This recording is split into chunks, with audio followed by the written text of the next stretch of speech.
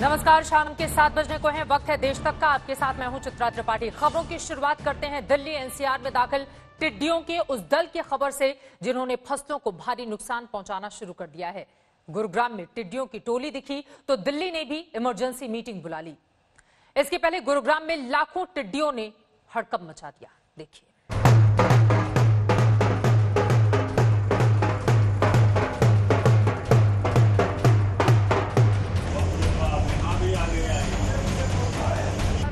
खत्म है, ये अभी मरे ना है ऐसी गर्मी।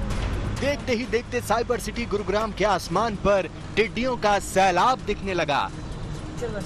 हवा में टिड्डियां ही टिड्डियां दिखने लगी। अचानक से एक साथ इतनी टिड्डियों को देखकर हर कोई हैरान परेशान हो गया। अभी सुबह तो सही था, पूरा खोलो ब्लैक नेक, पूरी जमीन भी ना दिखाई दे रही वहाँ पे। लाखों की संख्या में टिड्डियां गुरुग्राम की ऊंची ऊंची इमारतों से गुजरने लगी। टिड्डियों को भगाने के लिए कोई थाली बजाने लगा तो कोई चम्मच कटोरी। शोर मचाकर टिड्डी दल को दूर करने का हर जतन किया गया। गुरुग्राम के ग्रामीण ही नहीं, शहरी इलाकों में भी लाखों की संख्या में टिड्डियां दिखीं। गुरुग्राम के राजेंद्र पार्क, सेक्टर 5, सूरत नगर, धनवापुर समेत कई इलाकों में टिड्डियों का हमला हुआ। काफी देर तक गुरुग्राम में टिड्डियों की टोली ऐसे ही टहलती रही। टिड्डियों के दल से फसलों को बचाने के लिए किसान खेत में मुस्तैद हो गए। टिड्डियों के टेरर ने घबराहट पैदा कर दी। टिड्डियां गुरुग्राम तक पहुंच गई तो अलर्ट दिल्ली में भी हो गया। बताया जा रहा है कि गुरुग्राम में घुसपैठ कर चुके इस टिड्डी दल में 60 लाख टिड्डियां हैं। पाकिस्तान से आई टिड्डी दल का दायरा बढ़ता जा रहा है। टिड्डी आगे से खान पर खुर्द में मुनादी करीदा से के सब जमींदार अपना अपना खेता में पहुंच जा। राजस्थान, महाराष्ट्र, मध्य प्रदेश, यूपी में हमले के बाद टिड्डियां गुरुग्राम तक पहुंच गई हैं। दल, ये बहुत बड़ा दल जो है अपने इस इलाके के 10 गांव में सेटल हुआ है। प्रशासन पहले से अलर्ट था, दवाई का इंतजाम था, फायर ब्रिगेड भेज दिए थे। फसलों का फिर भी नुकसान हुआ है। चंद मिनट में ही फसलों को बर्बाद कर देने वाले टिड्डी दल से सबसे बड़ा खतरा किसानों को है। टिड्डी दल से निपटने के लिए प्रशासन की तरफ से भी दवाई का छिड़काव हो रहा है। खतरे को भांपते हुए सोनीपत प्रशासन ने भी किसानों को थाली चम्मच के साथ तैयार रहने को कहा है।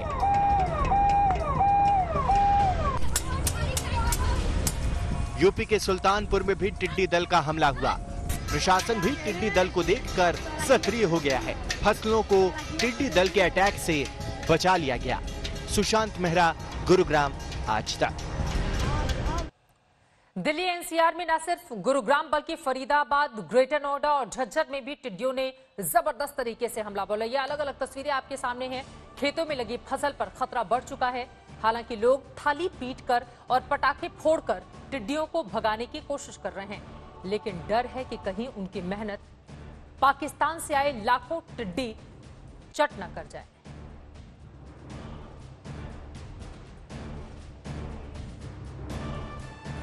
इन सब के बीच दिल्ली सरकार ने एडवाइजरी जारी की है।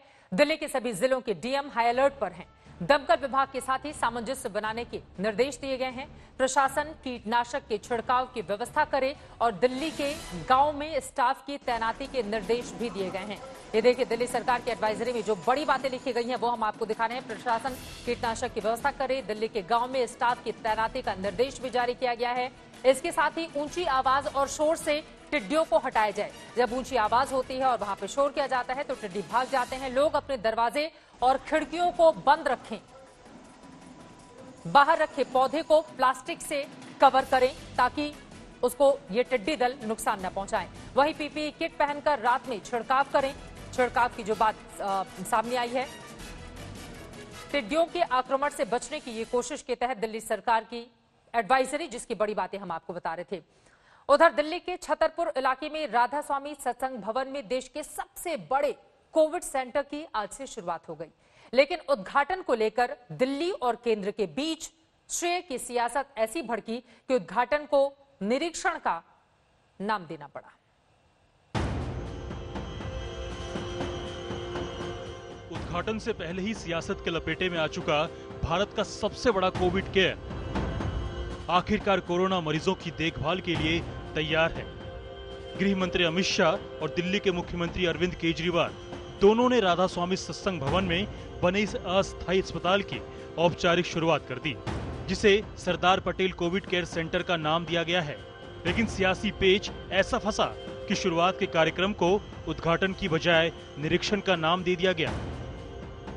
करीब 10,000 बेड की क्षमता वाले इस अस्पताल को लेकर कई दिनों से चर्चा थी। दिल्ली में कोरोना इंतजामों को लेकर निशाने पर आई केजरीवाल सरकार इस अस्पताल के जरिए वाहवाही लूटने के ख्वाब बुन रही थी। लेकिन उद्घाटन कार्यक्रम में अमित शाह के आने की खबर से चूर होते सपनों की छनछनाहट आप सांसद संजय सिंह के ट्वीट में सुनाई दी। सुना है दिल्ली सरकार द्वारा बनाए गए दुनिया के सबसे बड़े कोविड अस्पताल का गृह मंत्री अमित शाह चोरी चोरी चुपके चुपके उद्घाटन करने आ रहे हैं। बीजेपी कोरोना से लड़ रही है या फिर अरविंद केजरीवाल से? आम आदमी पार्टी के इस हमले से बीजेपी तिलमिला गई। नहले पर जवाबी दहला मारने के लिए सांसद गौतम गंभीर आगे आए। संजय जी, आपके इस ट्वीट के बाद मैंने स्वयं गृह मंत्री श्री अमित शाह जी से इस विषय पर बात की। उन्होंने बताया कि उद्घाटन करने नहीं, निरीक्षण करने जा रहे हैं, जिसके लिए अरविंद केजरीवाल जी को भी बुलाया है। आपकी केजरीवाल जी से बात नहीं होती या अकेले जाकर क्रेडिट लेने का मन बनाया था? सियासत पहले भी हुई, आगे भी होती रहेगी, लेकिन यह अस्पताल वाकई में बड़ा प्रयास है। इसकी खूबियां भी देख लीजिए। कार्डबोर्ड का बेड हालांकि यहाँ पे बनाया गया है, जो कि काफी हल्का देखने में लगता है। इसी के साथ हर बेड पे रेलवे की चादर यहाँ पे लगाई गई है। इसी के साथ शौचालय और पानी की भरपूर व्यवस्था यहाँ पे कर दी गई है। साथ ही साथ आपको बताते चले कि आईटीबीपी के जवानों के हाथ में यहाँ की पूरी देखरेख होगी। डॉक्टर्स, नर्सेस इन्हीं के लगाए गए हैं। उसका कारण ये है क्योंकि जब से कोरोना भारत में दस्तक दिया है, तभी से आईटीबीपी के जवान काफी सारे क्वारंटीन सेंटर को मैनेज कर रहे थे। इसके बाद से यहाँ का भी जिम्मा इनके हाथ में है। गर्मी को ध्यान में रखते हुए आप तस्वीरों में देख सकते हैं, ये कूलर्स लगाए गए हैं, जो ये पूरा प्रयास करेंगे कि जितने भी लोग यहाँ पे हों, उनको गर्मी के वक्त में ऐसे तरीके से निजात दिलाई जा सके। यह अस्पताल करीब 300 एकड़ में बनाया गया है। अस्पताल की कुल क्षमता 10,200 बेड की है, लेकिन शुरुआत में 2,000 बेड ही लगाए गए हैं। 10% बेड में ऑक्सीजन की सुविधा होगी। अस्पताल से 75 एम्बुलेंस जोड़ी गई हैं। स्वास्थ्य कर्मियों की तैनाती और देखरेख का जिम्मा आईटीबीपी संभालेगी। दिल्ली के अस्पतालों में कोरोना मरीजों की दुर्दशा और बेड न मिलने के चलते कुल मरीजों की मौत की खबरें अभी भी लोगों के जहन में है। बेड के लिए जूझते दिल्ली के मरीजों के लिए यह अस्पताल निश्चित तौर पर बड़ी राहत साबित होगा। दिल्ली से निखिल लखवानी के साथ आज तक ब्यूरो। दिल्ली में आंकड़े जिस तरह से लगातार बढ़ते हुए चले जा रहे हैं, उन सब के बीच कम से कम इस कोविड सेंटर की ओर से एक राहत दी गई है, लोगों को एक भरोसा पैदा किया गया है। लेकिन आगे बढ़ते हुए आपको बताते हैं कि देश भर में अब तक कोरोना की जो रफ्तार है वो कहां पर जाकर पहुंची है। सबसे पहले बात बीते 24 घंटे की कर लेते हैं।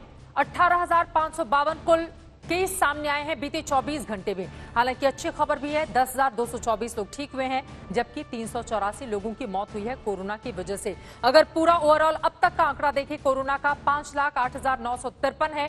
कुल केस 2,95,881 ठीक हुए हैं। 15,685 लोगों की जान गई है। अब तक का ये पूरा आंकड़ा हिंदुस्तान का। राजधानी दिल्ली की बात करें, 80,188 कुल संक्रमित, 49,301 लोग ठीक हुए हैं। 2,558 लोगों की जान गई है अकेली राजधानी दिल्ली में।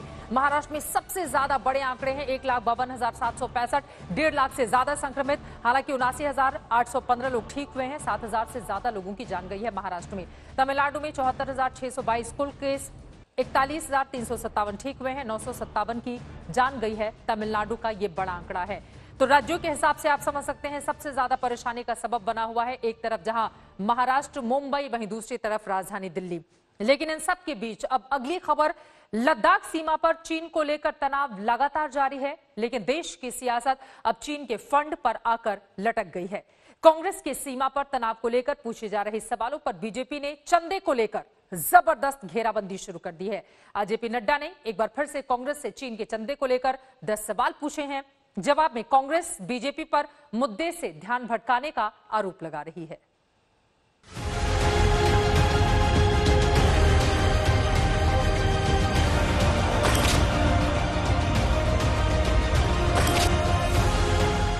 न वहां कोई हमारी सीमा में घुस आया है, न ही कोई घुसा हुआ है, न ही हमारी कोई पोस्ट किसी दूसरे के कब्जे में है। चीन के साथ लद्दाख सीमा पर तनाव ने देश की सियासत का पारा गर्म कर रखा है। चीन को लेकर सर्वदलीय बैठक में प्रधानमंत्री नरेंद्र मोदी का बयान कांग्रेस को हजम नहीं हो रहा। कांग्रेस के सवालों की बौछार के बीच बीजेपी का कांग्रेस को फंड के फंडे में घेरने का सिलसिला जारी है। आपने सत्ता में रहते हुए क्या क्या काम किया और किस तरीके से आपने देश के विश्वास के साथ विश्वासघात किया है, उसकी जानकारी देना चाहता है। बीजेपी अध्यक्ष जेपी नड्डा ने राजीव गांधी फाउंडेशन में चीन के चंदे को लेकर यूपीए को कटघरे में खड़ा कर दिया। नड्डा के आरोपों का अब पूर्व वित्त मंत्री पी चिदम्बरम ने जवाब दिया है। आरजीएफ को 15 साल पहले मिले चंदे का मोदी सरकार के तहत 2020 में चीन के भारतीय क्षेत्र में घुसपैठ करने से क्या लेना देना है? मान लीजिए कि आरजीएफ 20 लाख रुपए लौटा देती है, तो क्या प्रधानमंत्री नरेंद्र मोदी देश को भरोसा दिलाएंगे कि चीन अपना अतिक्रमण खाली करेगा और पूर्व की यथास्थिति बहाल करेगा? नड्डा जी, वास्तविकता के धरातल पर आइए, अर्धसत्य वाले अतीत में मत रहिए। कृपया भारतीय क्षेत्र में चीनी घुसपैठ पर हमारे सवालों के जवाब दीजिए। आज पी चिदम्बरम साहब बोलते हैं कि प्रिजम्पटिव ऑफर है हमारा, और वो प्रिजम्पटिव ऑफर ये है कि राजीव गांधी फाउंडेशन वो पैसा वापस लौटा देगा। सबसे पहली बात तो यह है कि अगर पूर्व वित्त मंत्री जो खुद बेल पर हो, हम समझ सकते हैं व्हाट आर द क्रेडेंशियल्स, लेकिन उसके द्वारा यह स्वीकारना होगा, इट इज एन एक्सेप्टेंस। मैं समझ नहीं पा रहा हूं जितनी शिद्दत से कांग्रेस या विपक्ष को डेमोनाइज और डिनाइग्रेट करने में लगे हुए हैं नड्डा साहब या पूरी की पूरी बीजेपी, अगर उतनी शिद्दत, पैशन और कमिटमेंट के साथ सरहद के सवालों को हल करने में लगाया होता, डिप्लोमेसी को ट्रायल बैलून से निकाला होता, तो मुल्क अपने आप को महफूज समझता। उधर शिवसेना भी चंदे की राजनीति को लेकर कांग्रेस के बचाव में नजर आई। शिवसेना ने मुखपृष्ठ सामना में लिखा कि यह वक्त राजनीति करने का नहीं बल्कि चीन को जवाब देने का है। विदेश से कई पार्टियों ने पैसे लिए हैं, ऐसे में ये कोई नहीं कह सकता कि वो दूध का धुला हुआ है। राजीव गांधी फाउंडेशन को चीनी राजदूत की तरफ से दान में जो पैसे मिले, उसका खुलासा करने से क्या चीन अपनी सेना वापस ले लेगा? चीन पीछे हट गया है और तनाव कम हो गया है। अब इस झूठ का पर्दाफाश हो चुका है। उधर कांग्रेस चीन की सीमा को लेकर सरकार पर लगातार सवालों के बम दाग रही है। आपका खिलाफ जो है, जो ओपोनेंट है, उसको आप गुमराह करो झूठ बोल के, ताकि उसको लगे कि आप तो बात कर ही नहीं रहे, आप तो अपनी हिफाजत कर रहे। फंड के चीनी फंडे को लेकर खींचतान का दौर जारी है। कांग्रेस सरकार पर चीन सीमा के तनाव को लेकर सवाल कर रही है, तो मोदी सरकार कांग्रेस को चीन से लिए हुए फंडे को लेकर घेर रही है। आज तक ब्यूरो। और अब बात चीन के खिलाफ देश के उठे आक्रोश की कर लेते हैं। शहर शहर चीन के सामानों के खिलाफ लगातार विरोध हो रहा है। 20 जवानों की शहादत के बाद सरकार के सामने लोगों का गुस्सा चरम पर है और वो हर हाल में चीन को सबक सिखाना चाहते हैं। ये अलग अलग तस्वीरें हम आपको दिखा रहे हैं, दिल्ली, बेगूसराय, जयपुर की तस्वीरें। चीनी सरकार को लेकर लोगों में काफी ज्यादा नाराजगी है। हमारे 20 जवानों की शहादत हुई, जिसके बाद बहिष्कार की तस्वीरें चीन के सामानों की देश के अलग अलग हिस्से से हिंदुस्तान से सामने आ रही हैं। दिल्ली, बिहार के बेगूसराय और राजस्थान के जयपुर की ये तस्वीरें आपके सामने।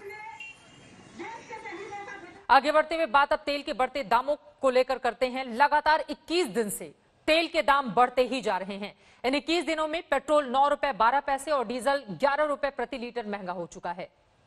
आम लोग बेहाल हैं। कांग्रेस समेत पूरे विपक्ष ने वहीं सरकार को घेर लिया है।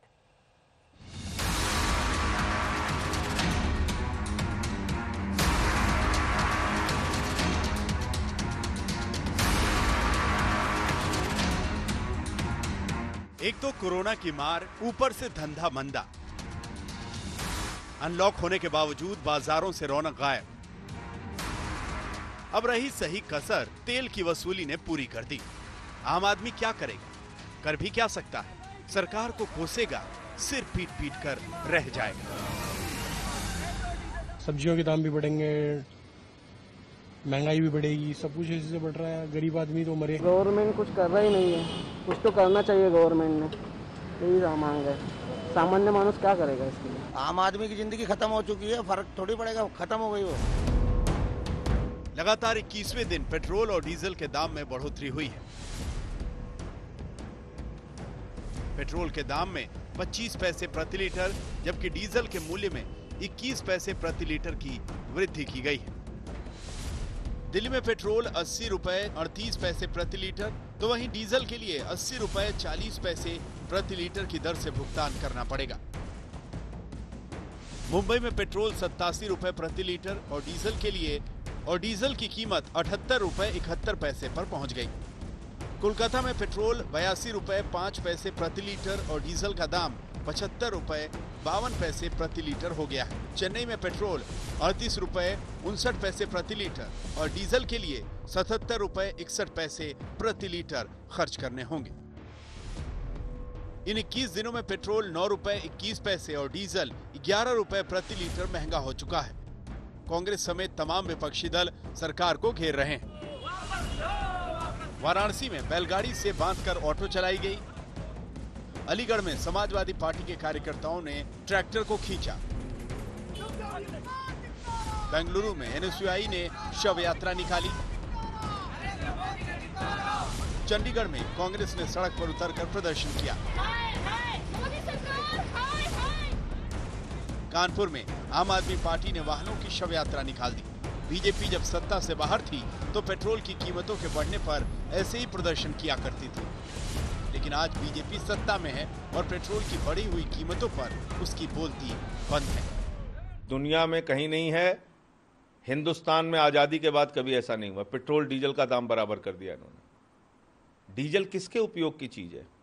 किसान के, ट्रैक्टर चलाने वाले के, पंपिंग सेट चलाने वाले के, गरीब आदमी के। पहले ही लोग जो बेरोजगार हो गए हैं, पैसा नहीं है खाने को, महंगाई चरम सीमा पर है, ऊपर से तेल, पेट्रोल, डीजल की कीमतें जो हैं बेतहाशा बढ़ाई जा रही है। इससे किसान, व्यापारी सब तबाह है, आम नागरिक तबाह है। सोनिया गांधी ने प्रधानमंत्री को चिट्ठी लिखकर कोरोना काल में तेल के दाम बढ़ाने को तकलीफ देने वाला बताया। राहुल ने इसे जनता से वसूली करार दिया। आरोप यह है कि जब कच्चे तेल की कीमत कम है तो फिर सरकार इसका फायदा आम लोगों को क्यों नहीं देती। अब सवाल उठता है कि कोरोना से बुरी तरह चरमराई व्यवस्था में ये वसूली क्या जायज है? आज तक ब्यूरो। तेल की कीमतों को लेकर सरकार के खिलाफ घेराबंदी लगातार जारी है। तो वहीं आपको बता दें, चीन के मुद्दे को लेकर सरकार और विपक्ष में आरोप प्रत्यारोप का दौर जारी है। इन सब के बीच देश के पूर्व रक्षा मंत्री और महाराष्ट्र के पूर्व सीएम शरद पवार की बड़ी प्रतिक्रिया सामने आई है। चीन के मुद्दे पर, चीन पर राहुल के आरोप पर शरद पवार ने प्रतिक्रिया दी है। उनकी ओर से कहा गया है कि 1962 में क्या हुआ हमें नहीं भूलना चाहिए।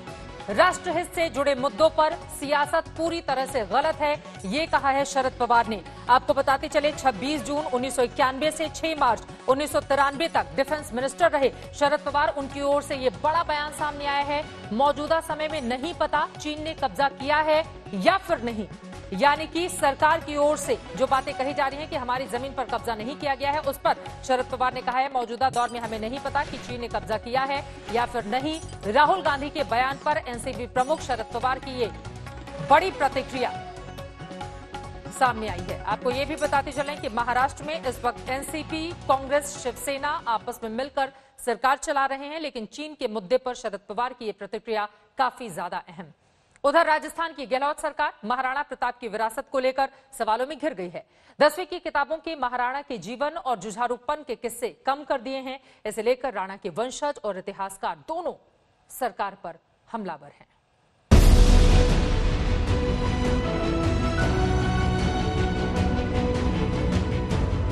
घास की रोटी और चेतक की छलांग, मेवाड़ के महाराणा के जुझारू व्यक्तित्व को इसी अंदाज में पहचान कर देश की कई पीढ़ियां बड़ी हुई।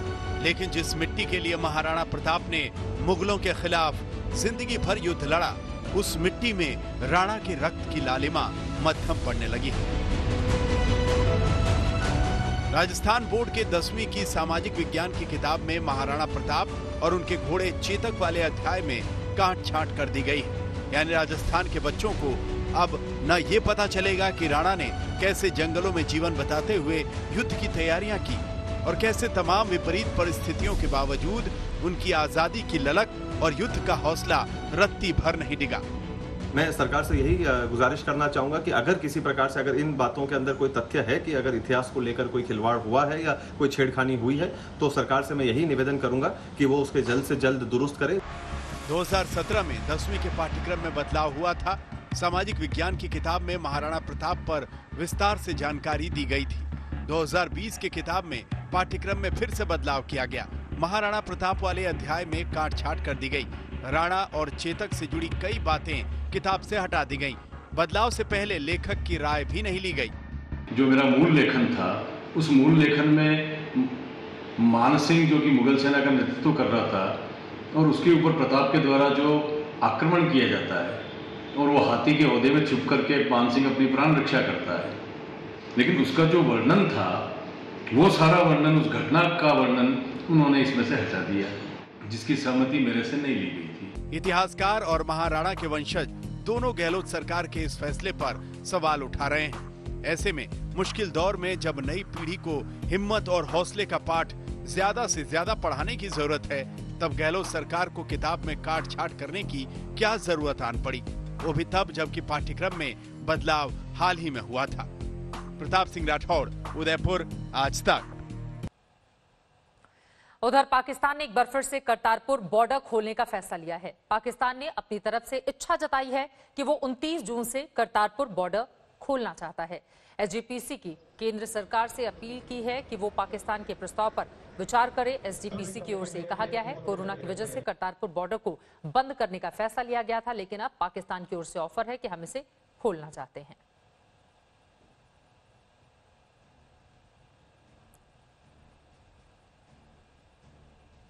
पाकिस्तान का करतारपुर बॉर्डर खोलने का ये प्रस्ताव, अब इस पर देश की सरकार का क्या जवाब रहता है, ये देखना काफी ज्यादा महत्वपूर्ण होगा। हालांकि पिछले साल हमने देखा था कि किस तरह से करतारपुर बॉर्डर खोलने के बाद वहां पर श्रद्धालुओं का जत्था पहुंचा था दर्शन के लिए। अब पाकिस्तान के इस प्रस्ताव पर भारत सरकार का क्या जवाब आता है, ये देखना काफी ज्यादा महत्वपूर्ण होगा। लेकिन एसजीपीसी की ओर से ये बातें सरकार के सामने रखी गई हैं। इसी के साथ देश तक में भी के लिए बस इतना ही।